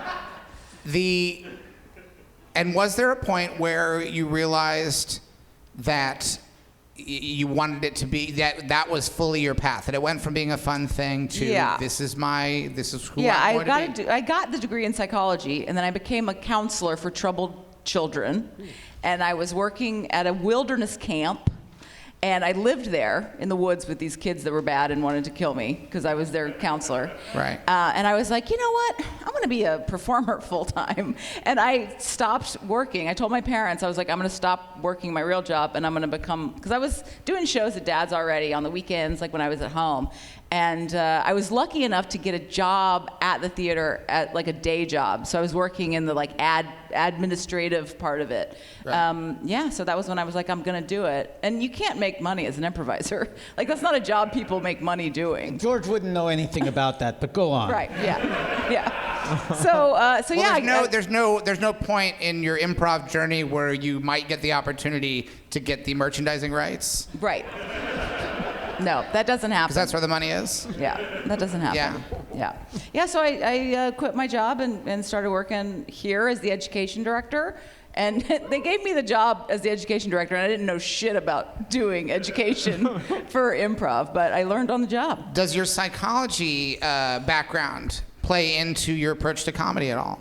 Does it play into my what? Approach to comedy. I think so. In the beginning, it did. It helps more than anything. It helps with dealing with actors because they're just, and creative types in general. Just having a little bit of a background in psychology helps. Because they're so sane, it helps to understand.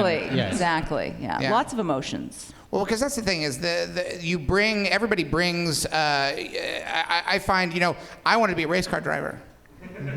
Because I like stuff that goes fast. Sure. But I went too fast in the car I was driving and got into a terrible car wreck. And I realized I was never going to be a race car driver. Yeah. But I never ceased to find ways to make. If you watch, most of my movies have things that go fast. So I've been able to engage with that part of my life through my art and through the stories that I tell. Honestly, things happen in the movies that I produced and directed that are so much faster than I ever would have been able to go in a car on Earth in real life. Sure. And I can do it safely. I can make it go. The Millennium Falcon goes so fast, and I can make it go as fast as I want, and it's all safe. I mean, it wasn't when they made Force Awakens, the door came down and broke Harrison's leg. So there are ways where you can do it wrong and it's dangerous. Yeah, but you didn't make that movie. I know I didn't, but like someone did shatter their leg in the Millennium Falcon. But let me ask you this: did anyone shatter their leg in the Millennium Falcon on a George Lucas production? No. Never. No. Never. Clean Never. bill of health. Yeah, no one got hurt because it's a fake ship. It shouldn't really hurt anyone. Yeah. Steve, I'm a little confused by this concept. Okay. I'm sorry. No, it's okay. Ace. No, that's okay. I'm a little confused by this concept, but from what I understand, you for the last couple of years have been doing an online talk show, but the talk show is hosted by a fictional character? Yeah, how does that work? about? Because I think that I don't want to push back on it, but I feel like if you're doing a talk show, the whole point of it is to engage in conversation. And if Be you want to natural, personable. make up characters and do things that aren't real, then that's a realm for storytelling, not necessarily for a talk show. It's exhausting. It feels like a barrier to human connection. And I also imagine if you had to do it at length, you would start out with a really defined character, and then over time it would kind of just become you, Right. with like a thin layer on top. Yeah. You get a little exhausted. Well, you don't want to put the costume on anymore. It becomes the whole thing. A producer comes backstage and is like, "It's time," and you're like, "Ugh." Yeah. Just do it with my bare hand. Absolutely. Yeah. Huh. I So hadn't really thought of it as a- what's the experience been like? Because I can't imagine Cannot imagine. doing this show where I would be doing, like, I'd be playing a character. I know this Yeah. is so easy for me because it's just me. Yeah, all I have to do is get on my private plane and come here. It's so easy. Right. I fly. I got wings. Well, it's like either of you guys ever do decide to actually play a character on Never stage. will. Never will not go gonna on. happen. But I mean, you could. You might. Yeah. You might I want won't. to do I it. refuse. You could Go be. on. What was the guy? Sorry, the guy at the door that you played? That character you bring Baron in? A Papanoida? revival? Baron Papanoida? Baron Papanoida. Let me. Do you think Disney is ever going to let me play Baron Papanoia again? Well, I'm just saying maybe. Steve, I'm asking you honestly. You think they're ever going to let me play that character again? Ace! That's a I good don't point. think they're going to. Okay. I'm sorry. I'm sorry. I'm I didn't sensitive mean, about I didn't this. mean to touch your nerve. I'm a little sensitive about this, but I don't think they're going to let me do it Yeah, again. I guess you're right. Steve, you don't understand what it's like for Disney to not let you play a character again. Yeah. We are admitting that we have no frame of reference for wow. what you're talking about. That you would, should admit that you have no frame of reference for what he's talking about. That would be tough. It would be tough. Yeah. It would be tough. And I do not like yelling at guests, but you have No, heard me. no. You have ventured into such a sensitive Listen, area. George, I did not take it personally Okay, because all right. I touched on a nerve that I didn't aware was It's there. fine. I shouldn't do that. Yeah. We've Now all I made wish I- mistakes tonight. Yeah. We've all made mistakes tonight. Patrick, the gravest mistakes of all. But we So can all many. learn and move So on. many. It's times like this that I wish I was playing a character, so that I wouldn't have to live in my feelings. This is true. Well, that's kind of it. That's why I would do it, so that I could I could do things that I might not do that a character might do. Fascinating. Right? That's what you do. That's why you do these things. Yeah, I can be. I'm normally not on stage. You wouldn't see me. Yeah. You would see this character. What's Yes. the character's name? The character's name is Weldon the IT guy. Weldon, and for Weldon, IT stands for Internet Troll.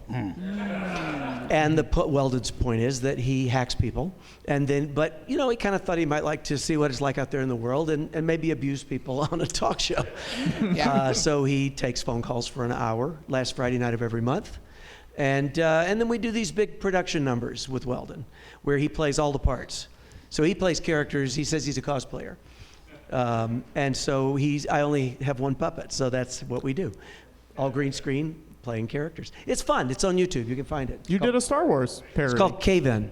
We did a very complicated Star Wars Star Trek mashup, where we had a young man come in named Isaac Gazmararian, who is a computer guy, and he was able to generate these incredible spacecrafts for us. So we put Weldon, this puppet, inside of CG spaceships. You probably know something about doing that.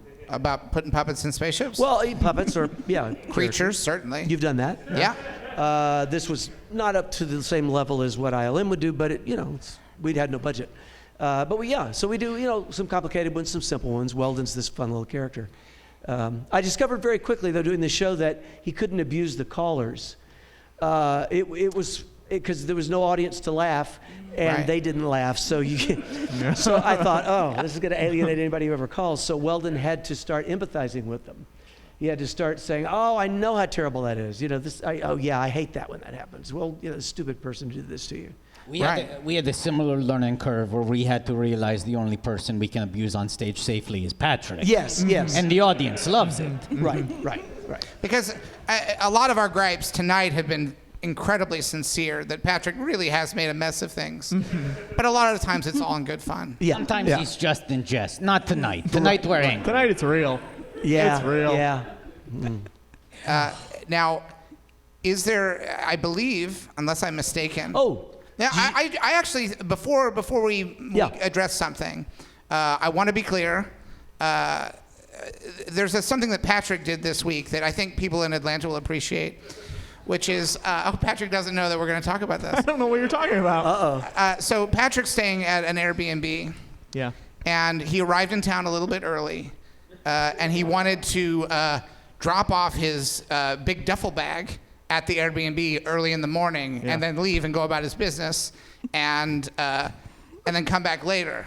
And so he contacted the Airbnb person, and he said, "Hey, I'm coming. I want to take my stuff and leave it at your place, and then go somewhere else." Can I take a bag, put it in a place, and move far away? And he said they were resistant to this. And I said, "Patrick, learn your history. This is like Richard Jewell all over again." You call a stranger in Atlanta and say, "Hey, you know what I'd like to do? Come to where you are, leave a package somewhere, and then get as far away as possible." Of Centennial Park. Yeah. Didn't go over great. The guy was not happy. I did it, but he was not happy. Yeah, they weren't happy when it happened at the Olympics either. Shall I? So what I'm saying now is I see there is a suitcase behind the couch, and I want to make sure that is your suitcase, yes? That's my Ace? suitcase. I know what's inside. Well, good, great. It's not explosive in the way you think. I mean, No. I'll do that. It might be, now, it's possible that what's inside might be comedically explosive. It might. It's possible that he won't be. Yeah, it's also, but, he could also bomb? It's too soon, Ace. What? You didn't say. We're not at an airport, but still, I did say it. Yes. But usually when this character's on, he kills, yes? Well, Comedically. Ace, we're staying in the land of metaphor and turn of never been out phrase. like this before. Ooh. Great. Let me get out here. TV, are you okay with this creature joining the sofa? I'm happy to meet Great. him. How you doing, people? Oh. Yeah. I came right out of the cave to be with you folks. Thank you for getting that out of my face, Patrick. Jeez. So, I've never done this before, because I live in a cave. Yeah. That must be terrible. No, it's wonderful. Oh, you like living in a cave? Same temperature all year round. Yeah. No bills. Lots of rats. You like rats? I like rats on pizza. Oh, yeah? Yeah, it's really good. What do you think of Patrick? Sometimes people call him Pat the Rat. That is true. Yeah, I don't think much of him, really. Yeah? I've So never nice to really meet you, thought of him Weldon. before. So you are the famous George Lucas. Yeah, that's me. Yeah. Yeah. Do you have a Okay, question for who me? cares? You know why people like you, George? Why? It ain't because of all those movies, buddy. I've got to tell you. Oh, why do you think you have a theory? What do you think people like me? Because your name rhymes with mucus. Oh, I like that because I actually like gross out humor. I like that I know kind you of comedy. do. Yeah. I know you do. George Mucus. Yeah, that sounds like I'm already a garbage pail kid. That's right. Love it. I would accept that. I have a famously. It's very hard for me to look over here. I'm sorry. Why is it hard to look over there? I can't tell you. Oh, it's a secret? Yes. Weldon, is this your first live appearance? Who's talking to me? I'm behind you. Weldon, you don't have to turn around. No, it's okay. Hey, buddy. Hey. Yeah? Hi. Is this your first live in-person If I appearance? turn this way, the audience only sees the back of my head, Patrick. That's true. You don't have to look at me. It's okay. Okay. Okay. Thank God. All right. Okay. Weldon. Just talk to me, Patrick. I know you're back there. Yes, I'm back here. Weldon, have you been in front of an audience before? Well, not like this. Not like this, but... I've never come out like this before. Wow. I'm coming out. This is it. Great. He's here. I'm out of the cave. I do this show from my cave, and I stay in my secluded place, and everything's cool. Wow. I don't really, nothing personal, because you got, okay, look, I don't really like people, okay? Yeah. They smell.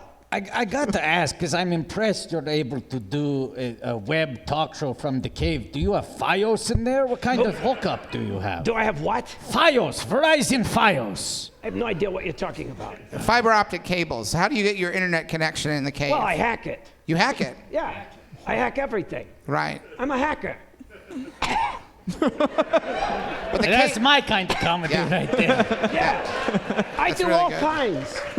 can I ask, do you watch Archer? Have you ever seen Archer? No, you cannot ask me that. Why? I can't ask you that? Oh, I see. I prefaced my question in a way that allowed you to shut it down. Yes, thank you. Yeah. Steve, Hello, I have a Amber. Hello, it's nice to meet you. Really? Yeah. You don't smell too bad. No. I did my nails for you. Look. Oh, well, they're very nice. Thank you. Hey, I don't know if you would mind saying hello to. I mean, we're all talking, but there's a beloved blockbuster character that is on the show every now and then, and has been here the whole time. This is Butterbear. Oh. Butterbear is an AM radio. This is a 1980s Disney character from a show that Michael Eisner, who was the head of Disney at the time, Yeah, go thought Mikey. it'd be a good idea.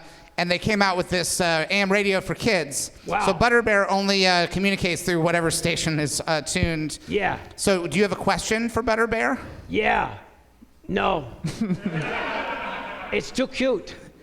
Butterbear is too cute. Butterbear, how come you're so cute? Oh, great question. Come on, speak up, stupid bear. I'm going to challenge you to keep up with me as I discuss topics from the latest in technology. Not great Yeah. reception. Yeah. The games and we watch it with encyclopedic level historical connection. What? That I was a can't hear it. You couldn't hear it? Let me see if I can get a clearer. No, I mean, I could hear it. I couldn't understand it. Yeah. Topics from the latest in technology and music. And people getting dunked on. Also, we get the very best. I don't know, bud. Yeah. Not one of your stronger outings, Butterbear. What? Not one of your stronger outings, Butterbear. All right. Well, we'll play till we win. Yeah. Keep going. Keep going, Butterbear. Yes, that was a wonderful time. That was a wonderful. Oh, Butterbear! Because I'm like, Turned it around, Butterbear. there's been a. He didn't understand my question. She didn't understand the question. Something's gone wrong here because no one would ever describe a Chinese prison as wonderful.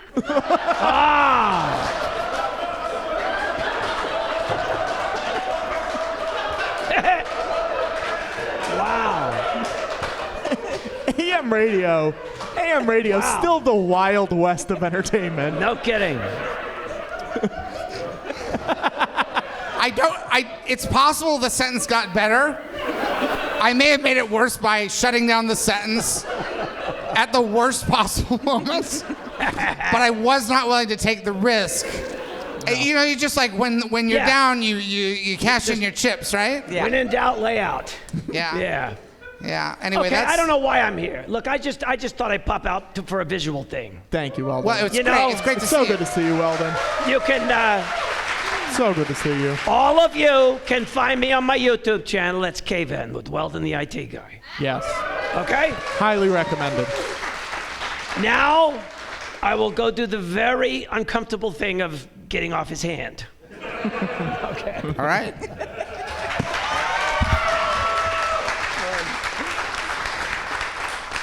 Tiwi, did you ever play with puppets at all? Yeah, actually, I've done a little bit of puppeteering. I wouldn't call myself a puppeteer, but I have puppeteered in some shows. That's great. Professionally, you puppeteered? Well, I did here at Dad's. Yeah. Yeah, I don't know if you'd call that professionally. What But kind of yeah. puppets? Hand puppets like that, or? Yeah, like that, and yeah. rod puppets, Yeah. and Yeah. I there was an owl that I puppeteered that was really fun.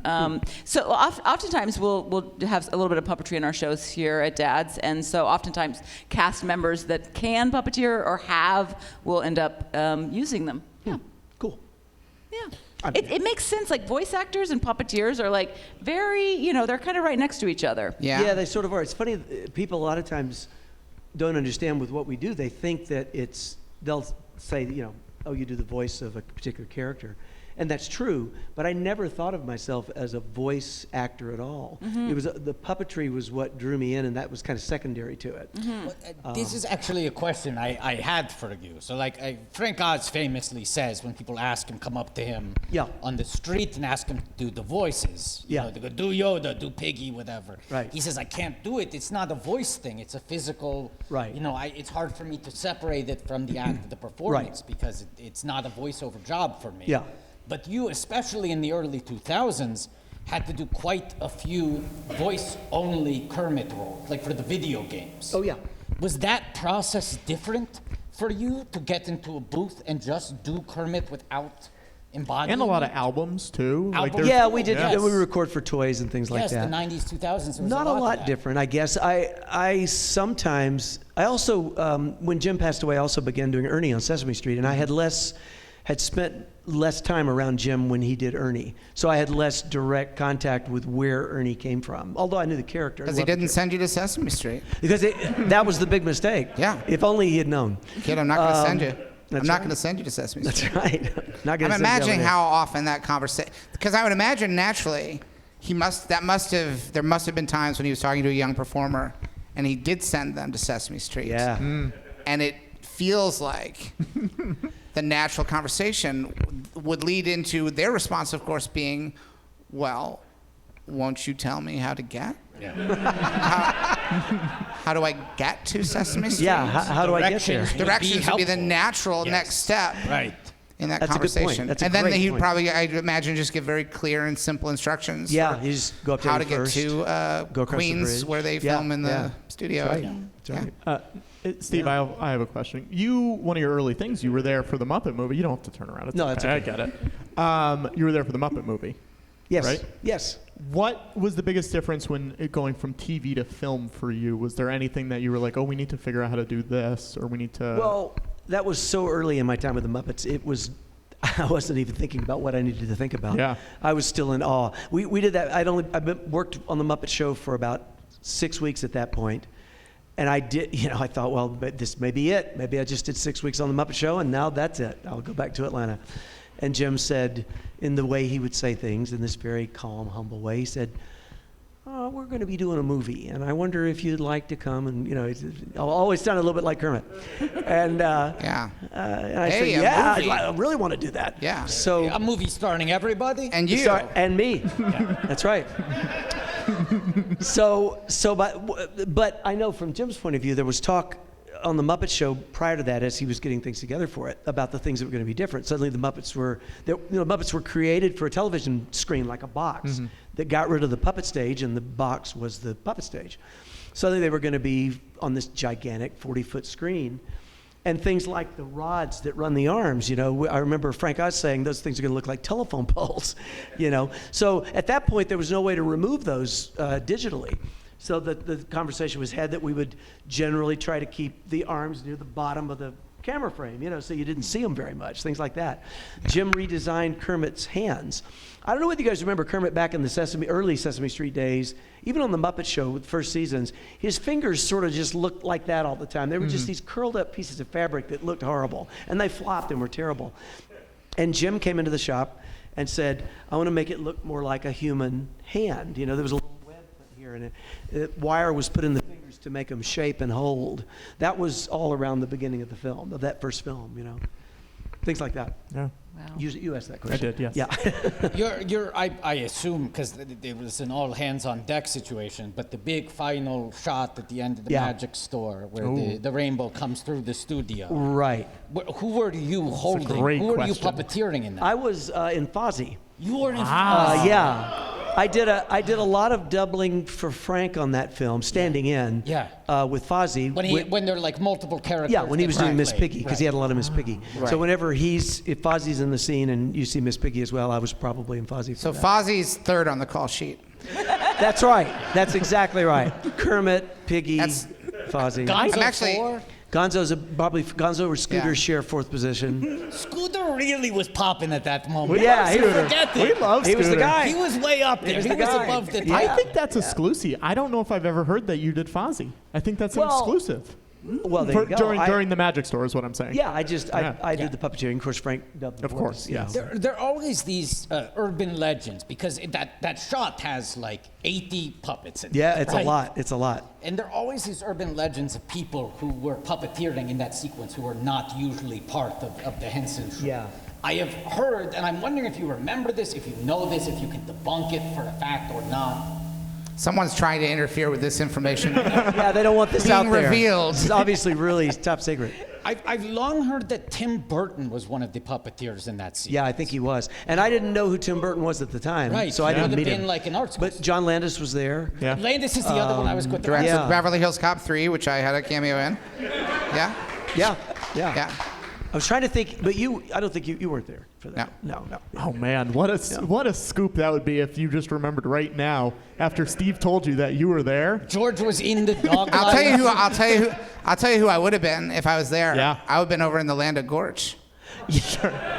George Yeah. loves Gorch. One of those guys, yeah. Do you remember who was doing this Scred and all the land of Gorch creatures in that I shot? Because they're don't. there. Yeah, they are there. They're in Do you the remember? shot. Was there a weird? Because I've always thought it must be weird. These guys were, they were on SNL for a season. And a lot of people only make it one season. Robert Downey Jr. was only on for one season. I don't know. The first season of SNL had a recurring Muppet sketch. Yeah, and it was adult, very adult Muppet stuff because it was largely about Scred cuckolding his boss.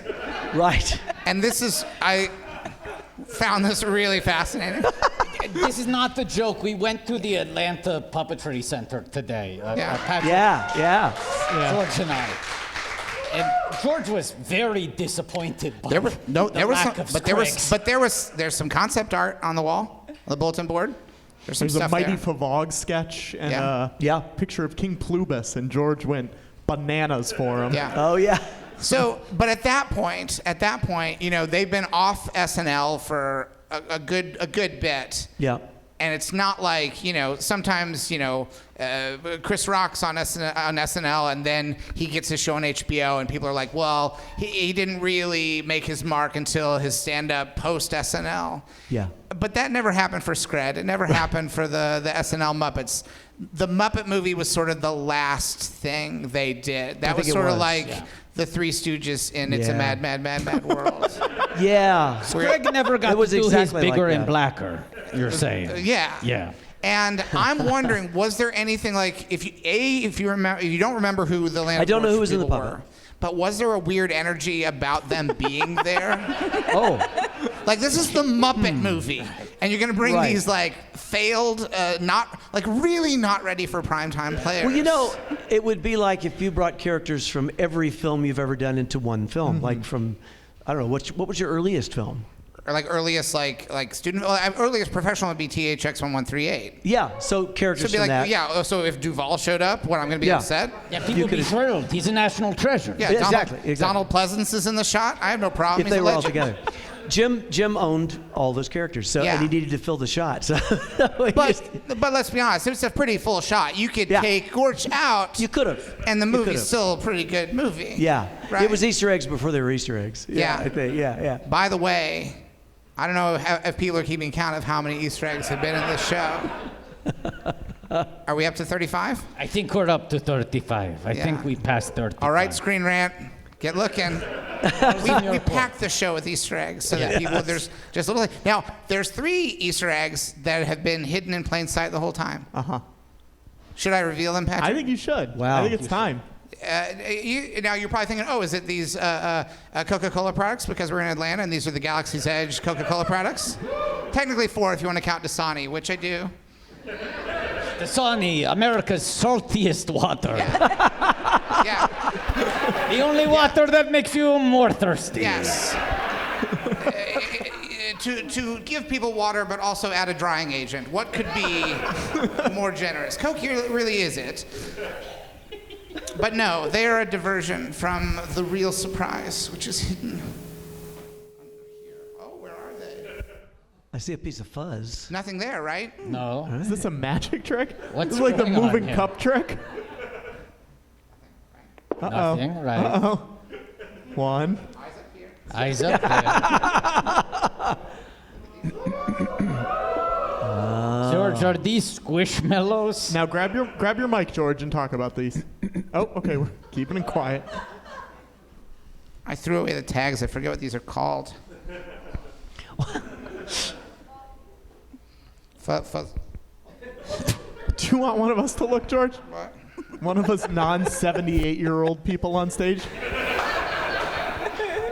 These are Hallmark products. Are these itty bitties? No, these aren't itty bitties, because first of all, look at them, they're fucking huge compared to itty bitties.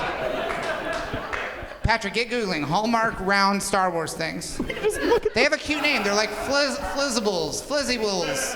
Patrick is something like Flizzables. Hold on. This one has already shed a little bit of, hold on. All right, we do frequently do giveaways in our live shows, and who would like this little piece of fluff? I believe Who was the one who groaned at the idea that a regular pizza restaurant was half-hearted compared to one run by robots? Somebody groaned. Oh, I guess that person already left. They left in protest. George, it was a walkout groan. I know who you should give them to, and this Who is should I someone give I them wanted to? to bring up on stage. Can we see your outfit? Yes. Oh my yes, goodness. yes. Oh, yeah. Yes, I want to show this. I want to show this out. Come up here really quick. Come up here so people can Are see. you comfortable coming up? This is an extraordinary. You made this. What you're wearing? My goodness. Look at this. Let's- Oh, wow. All right. Now, George, You see this? It's a strand of that little of Wookiee hair. I'll let you hear. You can't have this. This is mine. But it matches. See, it came from this. Let's see. I'll give you a little more. screen used. Here, I'll give you a lot more. Look how easy this comes out. How much do you want? Now- Say when. No, I can't. Say when. I can't take any. Okay, great. But wait, I'm I just wanna treating talk- it like I've got like a pepper grinder Yeah. at a restaurant. George, I do want to talk Yeah. about the outfit, though. Is this an Let's- original Crowley, or is this a repurposed Crowley? This from is, one- of course, Crowley, one of the prominent characters of the George Lucas talk show. But I think Patrick's question was, is this original text, or is this a reproduction of a Crowley from a past episode? Yeah. This is a reproduction. So The original, the Crowley that introduced the name Crowley. Oh, okay. The Crowley that introduced the name Crowley. Sure. this is wow.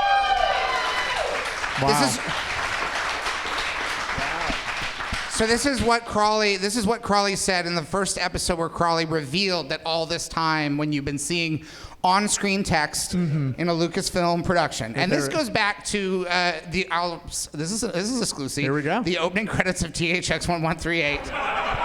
That's Crowley. How do you think those words get on the screen?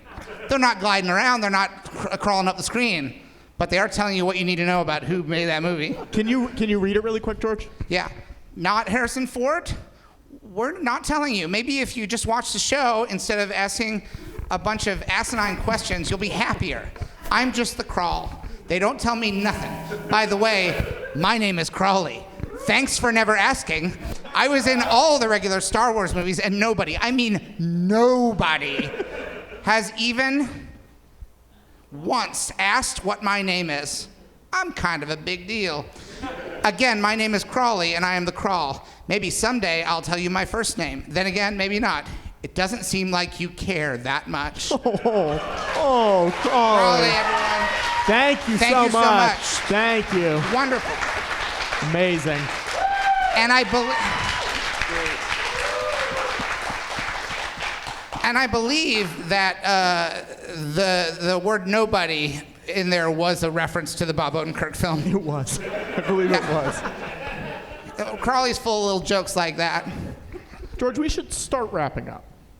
Oh, Patrick. I'm just telling you. I just want to. Patrick, what's the longest one of these shows we've done? 33 hours? Oh, no, we can't. I was going to say, let's try to beat our record, but I don't think we can do that. No. This show is practically a teeny weeny compared to our regular streams. That's true. And that's a joke only for us. Go on, George. Yeah. It's not a dirty joke. Should we explain that joke and make it part of the lore? Yeah, let's do it. All right. Do you remember how to frame that story correctly? Yeah, we were talking last night at dinner. Yeah. About how Stuart Gordon, who's directed The Reanimator and Castle Freak, was a great sort of pulp genre filmmaker. Was the man who developed the film that would later become Honey, I Shrunk the Kids. That was supposed to be his big entree into big blockbuster studio filmmaking. He was going to make a Disney picture. And it was a big idea. They loved the premise. There was one thing they didn't like. And this is Jeff Katzenberg in the room with him. Jeffrey Katzenberg. Yeah. He was overseeing Disney production at the time. Hang on. Big Why? Katzenberg fan. What are we doing? Yeah. Jeffrey Katzenberg calls him in for a meeting. They're maybe a couple weeks away from filming beginning. And he goes, Stuart, we're really happy about the film. We think it should be a good pre-production, love the casting. One final note. We really think you should change the title. We don't think anyone's going to want to see a movie called Teeny Weenies. The original title of Honey, I Shrunk the Kids was Teeny Weenies. And he walked. He left. He walked based on... Kids. He said, I think a cleaner title would be Honey, I Shrunk the Kids. It tells the audience everything they need to know. And by all accounts, Stuart Gordon essentially had an aneurysm from rage, the disrespect. Yes. They would not let him call the movie Teeny Weenies. He was escorted out the office. Wow. They said, Yeah. Stuart, we're giving you, it's the one thing we ask. And he said, I would rather quit than make a movie that isn't called Teeny Weenies. And we were talking about this at dinner the other night. Yes. And we were saying that Katzenberg, I think we can all agree, made the right call, that the proper title for that movie was Honey, I Shrunk the Kids. Arguably the best possible title for that film. And then I said, you know what though? Jeffrey Katzenberg should have used that title instead of calling them Quibbies. If Quibbies had been called Teeny Weenies, we would still be watching season 2 of The Fugitive or whatever. Teeny Weenies on our phones. Yeah. Ironically, Teeny Weenies is as good a description of the Quibi format as Honey, I Shrunk the Kids is of that premise. What are you watching? Just a teeny weenie. No one has a question. Also, you can't make fun of it if it's already called Teeny Weenies. Whereas you can make fun of it if it's called Quibi, and rightfully so. You can, we have, and we will continue to. Final question. Did either of you watch anything on Quibi? No. No, I can't say that I did. No. Do you watch the Roku channel? Because a lot of those are Quibbies. Which one? The Roku channel? Oh, I have seen Roku, yeah. You might have watched a Quibi. Oh, maybe I didn't know it. It's Yeah. possible. A lot of people, and we'll end on this note. A lot of people have been watching the Roku channel thinking they're watching Roku originals. Yeah. A lot of Roku originals are repurposed Quibbies. You tricked. You got tricked. It's Yeah. a national epidemic. You think you're safe because you're watching a half-hour or hour-long series. But in fact, what you are watching is 3 to 6 Quibbies combined. Wow. And perhaps you go into the realm of feature-length films and think you are safe. Yeah. You might be watching 9 Quibbies reconstructed. I shit you not. Tell your friends, any of you who own Rokus, who are watching Roku original programming, let them know. The information is out there. It's not a secret. You can find out if you've been watching a Quibi. But people aren't asking the questions. It's like the rule with undercover cops buying drugs. You can hold up your Roku remote and say, is this a Quibi? They have to.